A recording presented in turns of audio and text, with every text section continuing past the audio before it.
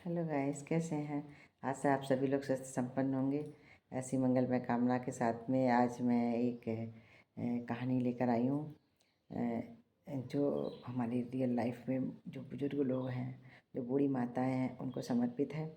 और एक बार क्या था, एक बूढ़ी माँ बहुत ही बीमार थी और चलने फिरने में बहुत ही लाचार थी। कमर में दर्द था और उनको थोड़ा दिखाई भी कम पड़ता था, सुनाई भी कम पड़ता था। तो आवश्यकता थी, बीमार थी, बुजुर्ग थी, आवश्यकता थी कि उनके खुद कुछ जो है ना, अपने प्रियजन उनके साथ में अपना समय दें। उनके प्यार और दुलार की उनको आवश्यकता थी। तो वो एक बार उनका बेटा उनको पार्क में ले गया टहलाने के लिए। तो वहाँ पर जाकर वो बैठी हुई थी, बैठी थी। तो वहीं सामने थोड़ी देर में बोली अपने बेटे से, बेटा ये पेड़ में क्या है।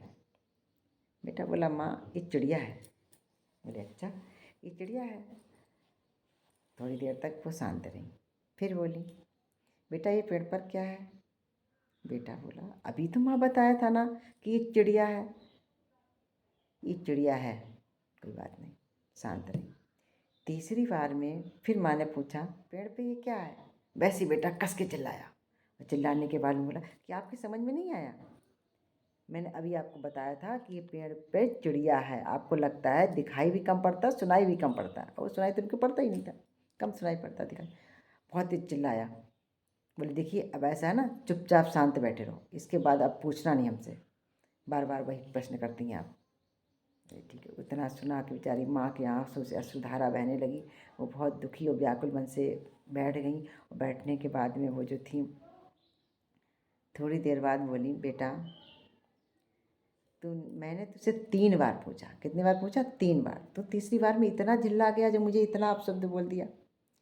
पता है बेटा, जब तू छोटा था तो मैं तुझे इसी पार्क में लाई थी चिड़िया को तुझसे मिलवाने के लिए, चिड़िया दिखाने के लिए मैं तुझे लाई थी। उस समय तूने मुझसे 22 बार पूछा था। कितने बार पूछा था? 22 बार। 22 बार भी मैंने बेटा तुझे बहुत प्यार से उत्तर दिया था, बेटा ये चिड़िया है, ये चिड़िया। एक बार भी मैं चिल्लाई नहीं थी, मगर तू तो तीसरी बार में चिल्ला गया। इतना ही जैसे बेटा ने सुना, उसकी आंखों से आंसू की धारा बहने लगी। मन बहुत दुखी होने लगा। दुखी होकर के उसने अपनी माँ को प्रणाम किया, उनके चरणों में ग्लानि महसूस की और उनके चरणों में प्रणाम किया और माफ़ी मांगी। बोली, माँ गलती हो गई। कहते भी है ना कि जो माँ बाप अपने बच्चों को बचपन में बोलना सिखाते हैं, जो माँ बाप अपने बच्चों को बचपन में बोलना सिखाते हैं, वही बच्चे बुढ़ापे में माँ को चुप रहना सिखाते हैं। वही बच्चे बुढ़ापे में माँ को चुप रहना सिखाते हैं।